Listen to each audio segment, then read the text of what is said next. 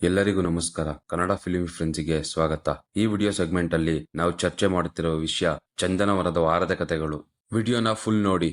ಇಷ್ಟ ಆದ್ರೆ ಮಾತ್ರ ಲೈಕ್ ಮತ್ತು ಸಬ್ಸ್ಕ್ರೈಬ್ ಮಾಡಿ. ದಯವಿಟ್ಟು ಸಪೋರ್ಟ್ ಮಾಡಿ. ಮೊದಲಿಗೆ ಕನ್ನಡಿಗರ ಹೆಮ್ಮೆ. ಕನ್ನಡ ಚಿತ್ರರಂಗವನ್ನು ಕೆಜಿಎಫ್ ಆದ ನಂತರ ಇಡೀ ಇಂಡಿಯಾ ತಿರುಗಿ ನೋಡುವಂತೆ ಮಾಡಿದ ರಿಷಬ್ ಶೆಟ್ಟಿ ಅವರು ನಟಿಸಿ ನಿರ್ದೇಶಿಸಿರುವ ಕಾಂತಾರ ಚಾಪ್ಟರ್ 1 ಚಿತ್ರದ ಡೇಟ್ ಅನೌನ್ಸ್ ಆಗಿದೆ.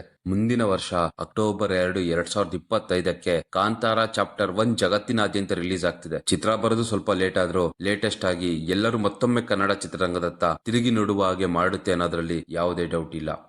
ಭೈರತಿ ರಣಗಲ್ಲು.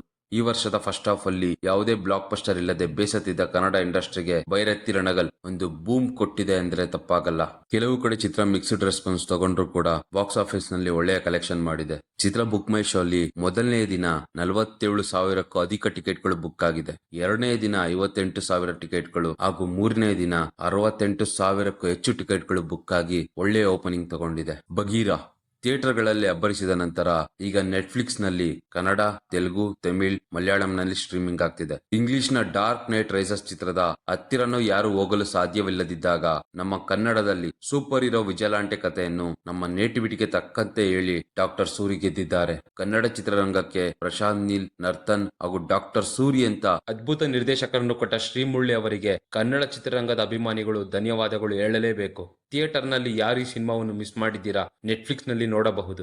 A for Anand. ಶ್ರೀನಿ ಅವರ ನಿರ್ದೇಶನದಲ್ಲಿ ಶಿವಣ್ಣರವರು ಪ್ರೊಫೆಸರ್ ಪಾತ್ರದಲ್ಲಿ ನಟಿಸುತ್ತಿರುವ ಚಿತ್ರ ಎ ಫಾರ್ ಆನಂದ್. ಈ ಚಿತ್ರಕ್ಕೆ ಗೀತಕ್ಕನೇ ಮತ್ತೆ ಬಂಡವಾಳ ಹೂಡುತ್ತಿದ್ದಾರೆ. ಪೋಸ್ಟರ್ ತುಂಬಾ ಇಂಟ್ರೆಸ್ಟಿಂಗ್ ಆಗಿದೆ. ಈ ಚಿತ್ರದ ಕತೆ ಜಾಪನೀಸ್ ನ ಒಂದು ನಾವೆಲ್ ಮೇಲೆ ಬೇಸ್ ಆಗಿದೆ ಅಂತ ಗೀತಕ್ಕರ್ ಅವರ ಒಂದು ಖಾಸಗಿ ಚಾನೆಲ್ ನ ಇಂಟರ್ವ್ಯೂ ಅಲ್ಲಿ ಹೇಳಿದ್ದಾರೆ.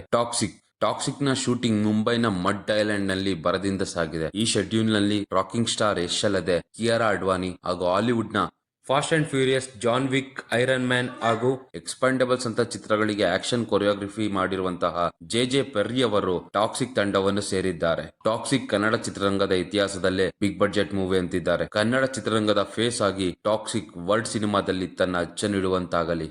ಮ್ಯಾಕ್ಸ್. ಕಿಚ್ಚ ಸುದೀಪ್ ಅವರು ಆಕ್ಟ್ ಮಾಡಿ ವಿಜಯ್ ಕಾರ್ತಿಕೇಯ ಅವರು ಡೈರೆಕ್ಟ್ ಮಾಡಿರುವಂತಹ ಮ್ಯಾಕ್ಸ್ ಚಿತ್ರದ ಅಪ್ಡೇಟ್ ಬಂದಿದೆ. ಇದನ್ನ ಇಂಟ್ ಅಂತಾನೂ ತಗೊಳ್ಬಹುದು. KRG ಕಾರ್ತಿಕ್ ಗೌಡ ಅವರು ಮ್ಯಾಕ್ಸ್ ರೌಂಡ್ ದಿ ಕಾರ್ನರ್ ಅಂತ ಒಂದು ಟ್ವೀಟ್ ಮಾಡಿದ್ದಾರೆ. ಇಂಡಸ್ಟ್ರಿ ಗಾಸಿಪ್ಸ್ ಗಳ ಪ್ರಕಾರ ಮ್ಯಾಕ್ಸ್ ಡಿಸೆಂಬರ್ 26ಕ್ಕೆ ರಿಲೀಸ್ ಆಗ್ತಿದೆ ಎನ್ನುತ್ತಿದ್ದಾರೆ. ಆದರೆ ಇದಿನ್ನು ಅಫಿಷಿಯಲ್ ಅಪ್ಡೇಟ್ ಅಲ್ಲ. ಮ್ಯಾಕ್ಸ್ ಈ ವರ್ಷ ಬರ್ತಾನಾ ಇಲ್ವಾ ಅನ್ನೋದು ಕಾದು ನೋಡ್ಬೇಕು. ಕನ್ನಡ ಚಿತ್ರರಂಗದ ನಿರ್ದೇಶಕರಾದಂಥ AR ಶಾ ಬಾಲಿವುಡ್ಗೆ ತಮ್ಮ ಪಾದಾರ್ಪಣೆಯನ್ನು ಮಾಡಿದ್ದಾರೆ.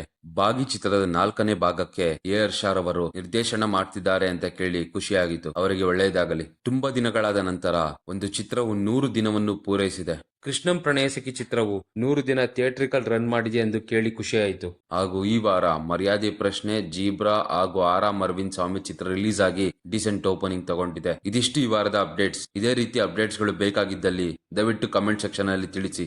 ಕಂಟೆಂಟ್ ಇಷ್ಟವಾದಲ್ಲಿ ದಯವಿಟ್ಟು ಸಬ್ಸ್ಕ್ರೈಬ್ ಮಾಡಿ. ಧನ್ಯವಾದಗಳು.